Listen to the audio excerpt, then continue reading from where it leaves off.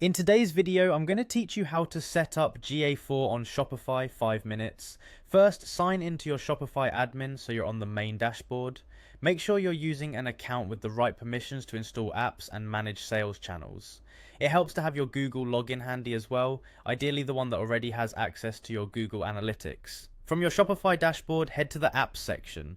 This is where you manage anything you add to your store, including official integrations. Once you're there, open the Shopify App Store. If a new tab opens, that's normal. Just keep your Shopify admin tab available so you can bounce back to it. In the App Store search bar, type Google. You're looking for the official Google and YouTube app for Shopify.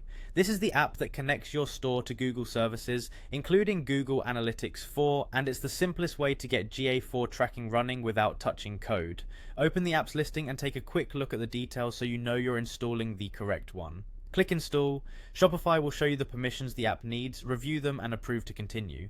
Installation usually takes just a moment. When it's done, open the app from your Shopify admin. You'll see a guided setup flow designed to connect your store to your Google services. When prompted, connect your Google account. Choose the Google account that should own and manage your analytics.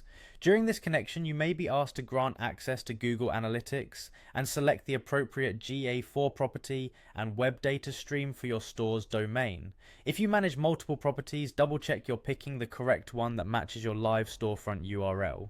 Accept the requested permissions so the integration can send events like page views, add to carts and purchases automatically. As the setup progresses, follow any on-screen prompts to confirm your domain, data sharing preferences and auto tracking options. The app typically enables the required tags for you, so there's no need to paste code or edit your theme. If you use any performance apps or consent tools, just make sure they don't block the Google scripts unintentionally. After finishing, you can open Google Analytics and check the real-time report while browsing your storefront in another tab to confirm that hits are coming through.